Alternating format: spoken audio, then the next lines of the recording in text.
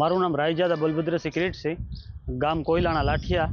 હું આજે સવારે કોયલાણાથી બેંકમાં એસબીઆઈ આપણે કેશોદ બ્રાન્ચમાં પૈસા ઉપાડવા ગયેલો 1,72,000 રૂપિયા. અને 1,72,000 રૂપિયા ઉપાડી અને બેંકની બહાર જતા પછી મેં આપણે જે અહીંયા તિલક છે ત્યાં ઠંડુ પીવા માટે ગાડી રોકેલી. અને જેવું મેં ઠંડુ પીધું અને ઠંડુ પીતા જ મને એવું જાણ થઈ કે મારી બેગની જે થેલો છે એની બે ક્લિપ ખુલેલી હતી. એટલે હું જોવા ગયો તા એમાં જોયું તો ચેનને ખુલેલું હતું.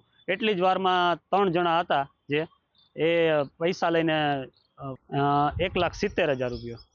અત્યારે પોલીસને ફરિયાદ કરી? હા, પોલીસને ફરિયાદ કરી છે. એમના દ્વારા શું કાર્યવાહી કરવામાં? એમના દ્વારા કહેવામાં આવ્યું છે કે બધું જાંચ ચાલુ જ છે, તપાસ ચાલુ જ છે. આ અંગે કઈ સીસીટીવી ફૂટેજ કે? હા, સીસીટીવી ફૂટેજ અને પોલીસ દ્વારા બધું સીસીટીવી બધું ચેક કરેલું છે.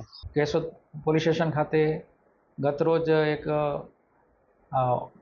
ચોરીની ઘટના જાહેર થયેલી, જેમાં ફરિયાદી છે બલભદ્રસિંહ કિરીટસિંહ રાયજાદા, જો એચડીએફસી બેંક ખાતે નોકરી કરે છે રિકવરીનું.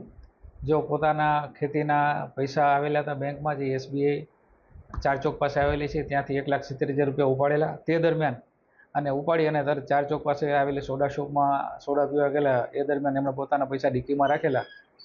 જે ડિક્કીમાંથી 1,70,000ની ઉઠાંતરી કરી અને એક બાઇક ઉપર ઈસમો આવેલા, 2 ઈસમ હતા ને એક સગીર બાળક, એ લોકો સાથે આવી અને એ લોકો ઉઠાંતરી કરીને નાસી ગયેલા. કેશોદ પોલીસને જાણ થતાં તાત્કાલિક કેશોદ પોલીસ ત્યાં પહોંચી ગઈ અને ત્યાંના પીઆઈ તેમજ તેમના સ્ટાફે સર્વેલન્સ ટીમને કામે લગાડી અને ટેકનિકલ સર્વેલન્સ સીસીટીવી કેમેરાનો ઉપયોગ કરીએ. તેમજ તેઓને હકીકત મળી કે તેઓ આરોપી જેતપુર બાજુ નાસેલા છે.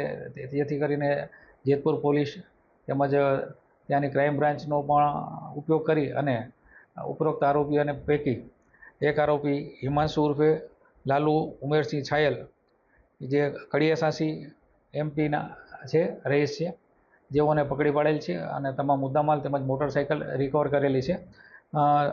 સદર આરોપીઓની એમો આ રીતે નજર ચૂકવી અને ચોરી કરવાની છે અને અગાઉ પણ એ લોકોનો પૂર્વ ઇતિહાસમાં પણ એ લોકો આરોપી પકડાયેલા હોવાનું જાણેલું છે ને તપાસ હજુ ચાલુ છે.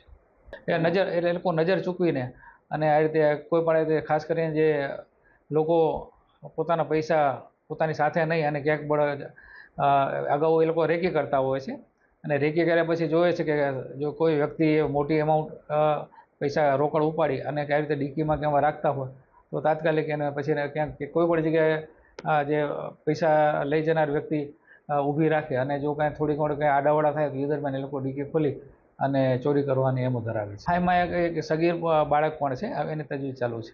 હા, એમાં અમદાવાદ રૂરલમાં પણ તેઓ આ રીતે અગાઉ એવી રીતે પકડાયેલા હોવાનું જાણવા મળેલું છે. વિશેષ તપાસ ચાલુ છે. અન્ય એક આરોપી છે, એનું નામ બહાર આવ્યું છે? હા, એ આરોપીનું નામ છે બોબી દિનેશ સાંસી છે, જે મુંગાવલી ગામનો છે અને આરોપીના મિત્ર છે. એને પકડવાનું બાકી છે? પકડાય? હા, એની તપાસ હજુ ચાલુ છે ને, પકડવાની કોશિશ ચાલુ છે.